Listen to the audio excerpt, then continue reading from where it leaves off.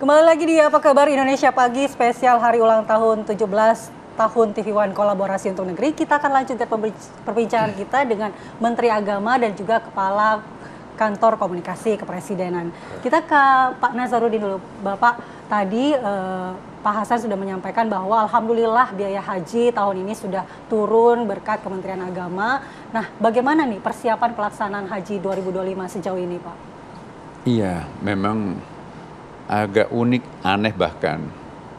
Sementara dolar naik, tahun lalu kan standarnya cuma 15.000 ya, sekarang 16.200. Pajak kita di Saudi Arabia juga makin tinggi. Kenaikan harga di mana-mana. Bantuan BPKH tahun lalu itu 40%, kita turun bantuannya sedikit, bantuannya dari BPKH itu. Tapi kok bisa turun? Rahasianya apa? Nah, ternyata kami sisir betul apa yang bisa kita lakukan. Ya, ternyata monopoli itu menyebabkan kemahalan. Nah, sekarang kita open minded ya. Siapa berdasarkan sistem kita ya, potong yang tidak perlu, disisir apa yang tidak perlu. Dan yang bisa dilakukan komputer tidak masih harus melibatkan banyak orang ya. Jadi computerizing itu akan ternyata juga sangat menghemat.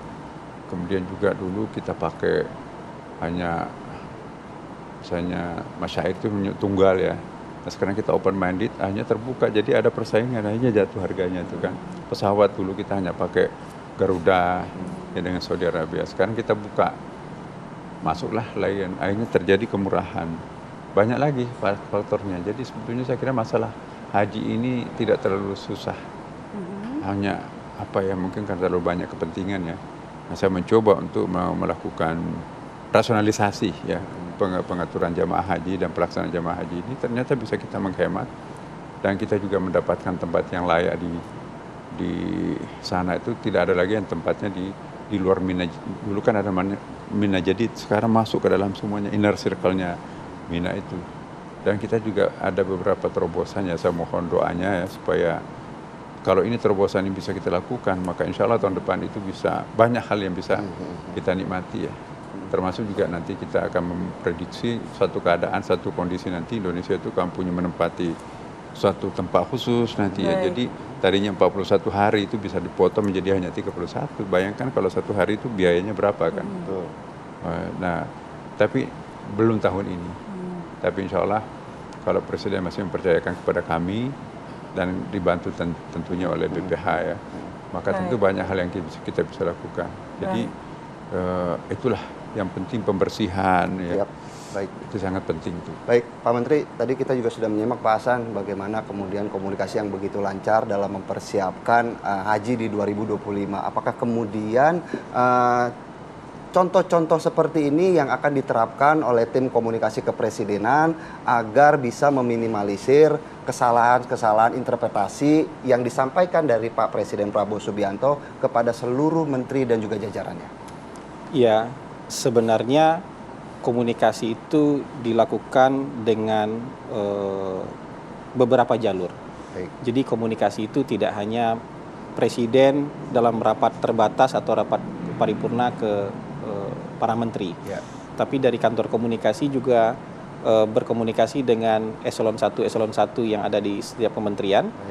Apakah itu staf khusus bidang komunikasi, atau dirjen, atau sesmen, atau sekretariat jenderal kalau di lembaga, atau sestama di lembaga, untuk mensinkronkan materi-materi komunikasi. Kepada media juga salah satunya ya yang disampaikan ya artinya. Iya. Tapi memang kan kalau misalnya mungkin bukan salah tafsir, tapi kan tidak semua orang langsung siap sedia dengan jawaban ketika di doorstop misalnya. Nah, itu kalau konferensi pers kita samalah bahasanya.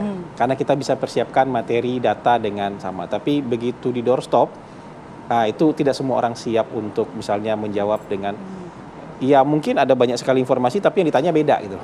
Kan kita harus cek data sebenarnya. Makanya mungkin itu perbedaan-perbedaan itu ketika di doorstop. Tapi di luar doorstop saya rasa bahasanya ini. Jadi di doorstop itu kadang-kadang kaget.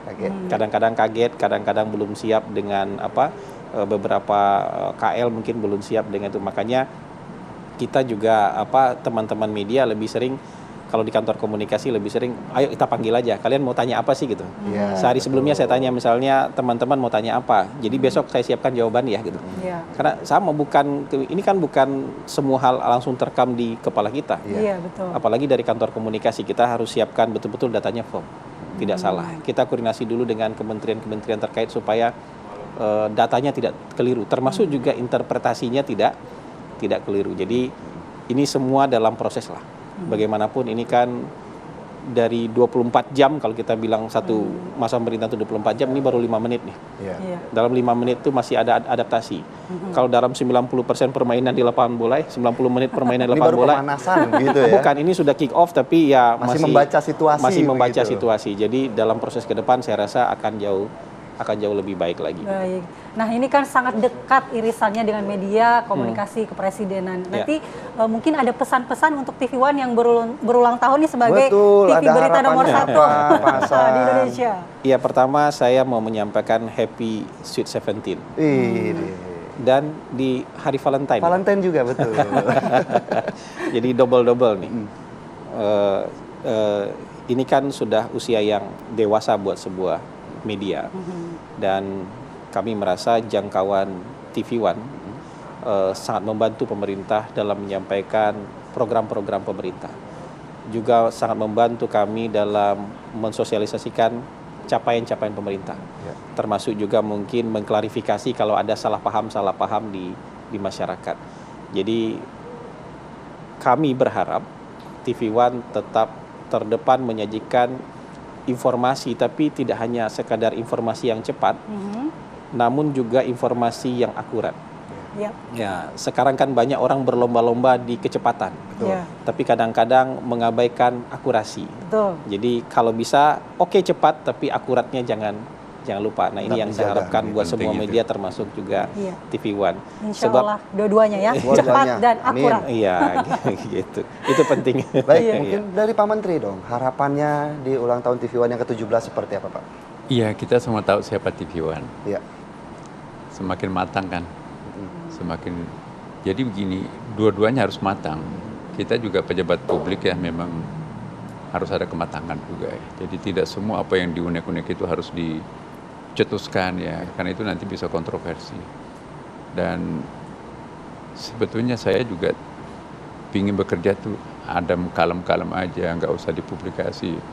Karena kadang-kadang juga kalau over informasi itu juga itu membebani kita ya. Saya pingin bekerja senyap tapi ada hasil. Tapi kadang-kadang juga susah untuk menghindari media itu ya. Nah, ya bagi saya tuh pokoknya directionnya Pak Presiden kita sudah memberikan. Saya senang sekali dengan sentuhan-sentuhan Pak Prabowo ya, setiap kali ketemu dengan kita. Bukan hanya memberikan motivasi, tapi ada direction ya kan, ada jelas. Jadi kita pun juga pembantunya itu gampang, kita mau kemana, ada directionnya tegas. Misalnya pembersihan, ya. Udah enak. Dan kita juga berani, pokoknya saya di belakang Anda, siapapun yang akan melakukan pembersihan di kementerian, di lembaganya, jangan takut siapapun, saya ada di belakangnya. Jadi kita kan enak kan. Betul sekali. Baik Pak Menteri dan Pak Hasan, terima kasih banyak atas waktunya. Tapi jangan kemana-mana, karena rencananya nanti mau ada potong tumpeng. Jadi Pak Menteri dan Pak Hasan juga harus ikut gitu merayakan HUT TV One yang ke-17. Apa kabar Indonesia Pagi pemirsa? Masih akan kembali di segmen selanjutnya, juga masih ada tamu spesial. Betul. Gitu. Ada seorang Menko. Saya sih mau foto abis ini. Ini idola saya juga. Salah satu ada idola ibu-ibu nih. Wah, ibu-ibu Andi Kumala. Baik, ada Putri Windasari dan juga AHY yang akan hadir sesaat lagi di Apa Kabar Indonesia Pagi.